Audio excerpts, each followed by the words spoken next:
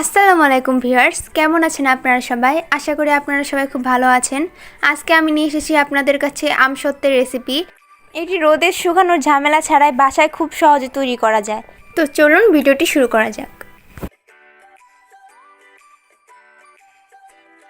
Firstly আমি এখানে কিছু আম নিয়ে নিয়েছি।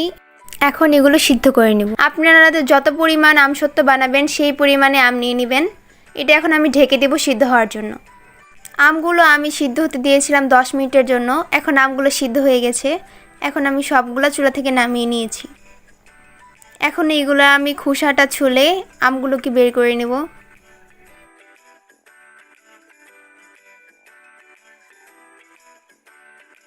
আমগুলোকে ভালো করে ছাড়িয়ে নিতে হবে আঁটি থেকে। আমি একটা চামচের সাহায্যে ছাড়িয়ে নিচ্ছি। তারপরে একটা চালনির সাহায্যে চেলে নিয়েছি। সবগুলো আম ভালো করে চেলে নিতে হবে এইভাবে।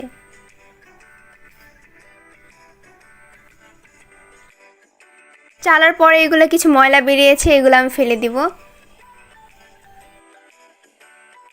চুলায় একটা প্যান বসিয়ে এখন আমি চালা আমগুলো দিয়ে দিব। চালা আমগুলো দেওয়ার পরে এগুলোকে ভালোভাবে নাড়িয়ে চাড়িয়ে নিব। তারপরে এখানে 1 কাপ পরিমাণ চিনি দিয়ে দেব।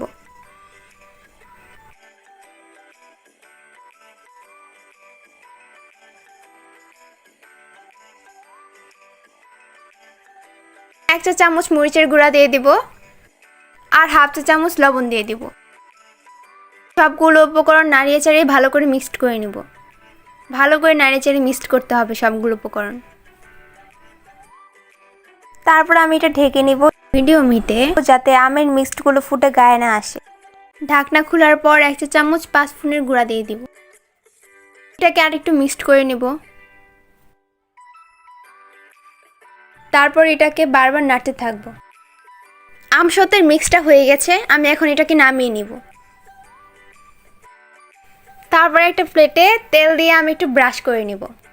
আপনারা যে কোনো প্লেটেই করতে পারেন। আমি এখানে স্টিলের প্লেট ব্যবহার করছি। এখানে আমি এখন আমসত্ত্বের মিক্সটা ঢেলে নিব। ঢেলে নেওয়ার পর এটাকে আমি রাউন্ড শেপ দিব একটি লাকড়ির সাহায্যে। এখন আমি প্লেটের সমান করে একদম রাউন্ড শেপ দিয়ে দিব। এটা ফ্যানের নিচে দিয়ে ঠান্ডা করার পর আমি এটাকে চুলার নিচে দিয়ে শুকিয়ে নিয়েছি। এখন এটা পুরো এরকম হয়ে গেছে। আমি এখন ম্যাঙ্গো বার বা আমসত্ত্বের যেরকম শেপ হয় ওরকম করে সবগুলো কেটে নিব। এটাকে আপনারা যে কোনো শেপে কাটতে পারেন আপনাদের পছন্দ মতো। আমি একটা চাকুর সাহায্যে এখন সবগুলো কেটে নিব। বিভিন্ন শেপ দিয়ে আমি কেটে নিয়েছি। এভাবে একটু একটু করে আমি কেটে নিচ্ছি সবগুলা।